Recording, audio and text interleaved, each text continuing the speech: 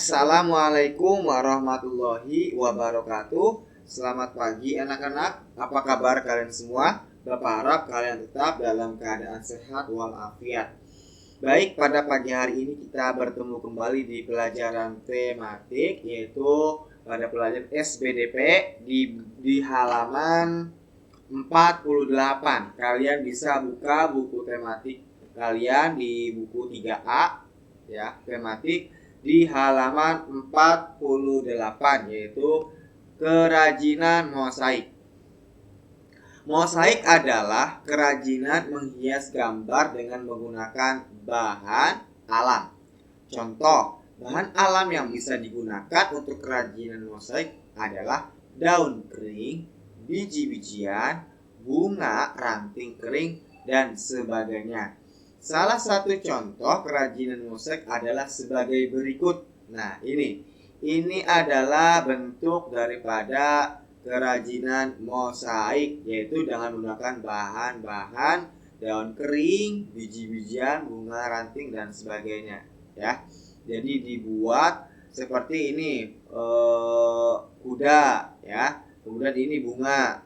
Nah, tapi dengan menggunakan bahan-bahan yaitu biji-bijian, ranting, bunga, dan sebagainya. Ya. Oke, sampai sini paham ya? Oke, kalau paham, maka Bapak akan lanjut di pelajaran selanjutnya. Oke, selanjutnya kita akan membahas pelajaran bahasa Indonesia, yaitu tema 2, menyayangi tumbuhan dan hewan. Subtema 1, manfaat tumbuhan bagi kehidupan manusia.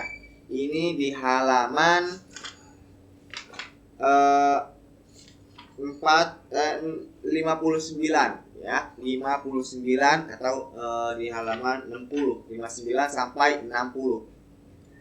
Aku telah menyelesaikan pada tema 1. Sekarang aku siap melanjutkan belajar secara ringkas subtema 1, tema 2 tentang menyayangi tumbuhan dan hewan. Kalian bisa buka ya, tuh. Oke, bahasa Indonesia mengidentifikasi informasi isi dongeng. Perhatikan contoh dongeng berikut. Nah, ini adalah sebuah dongeng. Baik, Bapak akan baca ya. Pohon apel yang tulus. Dahulu kala ada sebuah pohon apel besar. Ada seorang anak laki-laki bermain di sekitar pohon itu. Dia sangat menyayangi pohon itu. Pohon itu juga senang bermain bersamanya. Waktu berlalu, anak laki-laki itu tumbuh dewasa. Suatu hari ia datang kembali. Pohon apel menyambutnya dengan gembira. Ayo bermainlah bersamaku, ajak si pohon apel. Aku tak punya waktu untuk bermain. Kami membutuhkan rumah untuk tempat tinggal. Bisakah kau membantuku? Jawab anak laki-laki. Kamu boleh memotong cabang-cabang pohonku ini untuk membangun rumahmu. Lalu anak laki-laki itu memotong semua cabang pohon dan pergi dengan riang. Pohon apel itu senang melihat temannya bahagia, tapi dia tak pernah kembali sejak saat itu. Pohon apel kembali merasa kesepian dan sedih. Akhirnya anak laki-laki itu kembali lagi. Anak laki itu dan pohon apel sekarang sudah sama-sama tua. Aku sudah tak bisa memberikan apa-apa, kata pohon apel. Tak apa-apa, aku hanya membutuhkan sebuah tempat untuk beristirahat, jawab laki-laki itu. Baik, sisa batang pohon tua adalah tempat terbaik untuk bersandar dan beristirahat. Duduklah sini bersamaku dan istirahatlah, kata pohon apel. Laki-laki itu pun duduk bersandarkan pada batang pohon yang masih tersisa. Pohon apel pun menangis bahagia. Akhirnya mereka pun bersama lagi. Ya. Kemudian di halaman selanjutnya, di halaman 60 itu ada siapa yang suka membaca cerita. Ya, oke. Sebelum Bapak lanjutkan, di situ apa sih intisari atau pelajaran yang dapat kita pelajari? Bahwa kita harus memiliki sifat yang tulus, ya, yang tulus, yang ikhlas, ya. Ketika ada teman atau orang lain yang ingin yang minta bantuan kepada kita, hendaknya kita membantunya, ya, dengan tulus tanpa meminta imbalan, ya. Oke. Siapa yang suka membaca cerita? Ya, setiap orang menyukai cerita, baik itu tua, muda, maupun anak-anak. Dongeng juga termasuk cerita. Dongeng merupakan bentuk cerita tradisional atau cerita yang disampaikan secara turun-temurun dari nenek moyang. Dongeng memiliki fungsi untuk mengajarkan nilai moral dan juga sebagai hiburan. Nah, jadi dongeng itu adalah bentuk cerita tradisional atau cerita yang disampaikan secara turun-temurun. Nah, kalian bisa buka di halaman 60 itu, kalian garis bawah ini nih. Jadi dongeng itu artinya itu bentuk cerita tradisional atau cerita yang disampaikan secara turun-temurun dari nenek moyang. Nah, oke. Sebuah dongeng dibangun oleh 3 bagian penting, yaitu 1. Pendahuluan, 2. Isi atau peristiwa, dan yang terakhir penutup. Berikut penjelasan masing-masing bagian dari dongeng. Nah, 1. Pendahuluan berisi kalimat pengantar untuk memulai dongeng. Nah, tadi di awal tuh, di awal-awal kita lihat tuh ada pengantarnya. Kemudian kedua, isi atau peristiwa, bagian penting dari dongeng isinya mengenai urutan kejadian suatu peristiwa. Nah, kemudian tadi penutup, bagian akhir cerita yang dibuat untuk mengakhiri cerita. Ya, cerita tadi gimana akhirnya, ya. Ya, tentang si pohon apel yang tulus. Nah, kalian bisa lihat tadi ya di cerita tadi. Nah, berikut beberapa ciri dongeng. Nomor 1, alur cerita dongeng berbentuk sederhana. Cirinya sederhana bentuknya ya. Kedua, alur cerita singkat dan cepat. Ya, tidak panjang. Nomor 3, tokoh yang ada tidak diceritakan secara detail. Jadi yang tidak secara detail, dengan kata lain ya sekilas saja tokoh yang diceritakan. 4, peristiwa yang ada di dalamnya kebanyakan fiktif atau khayalan. Jadi cerita yang ada di dalamnya atau peristiwa yang ada di dalam cerita atau dongeng itu adalah fiktif atau khayalan, ya, khayalan semata. Nomor 5, ditulis dengan gaya pencitraan secara lisan, ya. Nah, lebih menekankan pada bagian isi atau peristiwa. Ya, jadi yang diperlihatkan dalam sebuah dongeng itu adalah isinya atau peristiwanya. Oke, kemudian di bawahnya ada tuh. Sampai sini paham ya? Oke, kalau paham, Bapak lanjutkan lagi ya. Di bawah ada jenis-jenis dongeng. Ada beberapa macam dongeng yang perlu kamu ketahui. Hal berikut adalah bagian jenis-jenis dongeng.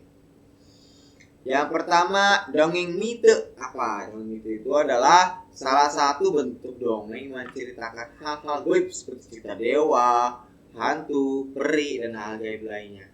Ya, itu namanya dongeng mite. Yang kedua, sage adalah cerita dongeng yang menceritakan tentang kepahlawanan, keperkasaan, dan kesaktian dari seorang tokoh. Nah, itu. Kemudian fabel adalah bentuk dongeng tokoh utama adalah hewan yang memiliki perilaku seperti manusia. Kemudian 4, legenda adalah dongeng yang menceritakan tentang peristiwa, kemudian kejadian atau asal usul dari tempat berada. Jadi itu dongeng. Contoh, suatu kampung memiliki cerita bahwa dulu ada kejadian apa di situ ya. Bahwa ini di kampung ini ada hal kejadian-kejadian atau cerita-cerita bahwa ada sesuatu yang aneh. Nah, itu legenda namanya. Jadi dia menceritakan tentang peristiwa di suatu tempat atau benda.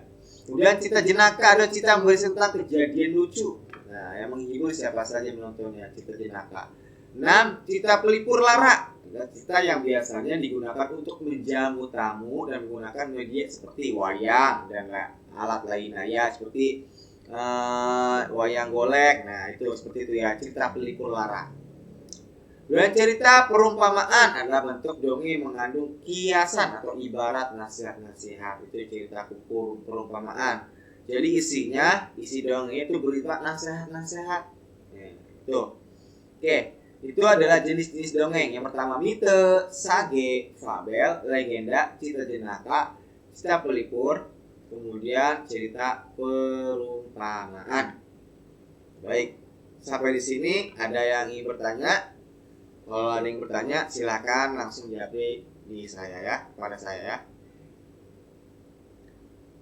Oke, selanjutnya. Nah,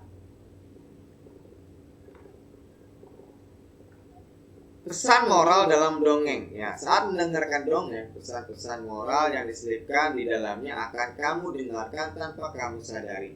Pesan moral pada biasanya terselip bisa di awal cerita, tengah cerita, atau akhir cerita ya. Kemudian 2, ditonjolkan melalui dialog para tokoh dalam cerita. Nomor 3, dalam bentuk kesimpulan yang kita ambil sendiri ya, kayak tadi kita dapat menyimpulkan sendiri apa sih alur cerita atau dongeng itu, apa sih kesimpulannya. Nah, kita ambil sendiri. Kemudian diambil dengan mengajak anak-anak menyimpulkan nilai-nilai atau pesan moral apa saja dari dongeng yang telah selesai dibacakan. Kemudian yang terakhir, karakter tokoh dalam dongeng. Nah, tokoh dalam dongeng digambarkan dalam berbagai bentuk, bisa dalam bentuk hewan, manusia, dan tumbuhan kayak tadi ya. Tadi itu karakter tokoh dan dongeng itu manusia dan tumbuhan ya, tumbuhan. Tadi tumbuhan. Kemudian macam-macam tokoh dalam dongeng berdasarkan sifatnya. Yang pertama, protagonis, tokoh yang menampilkan kebaikan, protagonis. Ada antagonis, tokoh jahat atau tokoh penentang ya. Protagonis tokoh yang baik, antagonis yang jahat ya. Tritagonis, tokoh yang mendukung protagonis untuk memperjuangkan nilai kebaikan. Jadi tritagonis itu tokoh yang mendukung daripada si tokoh protagonis ya. Kemudian perbuatan baik yang ada pada sisi dongeng.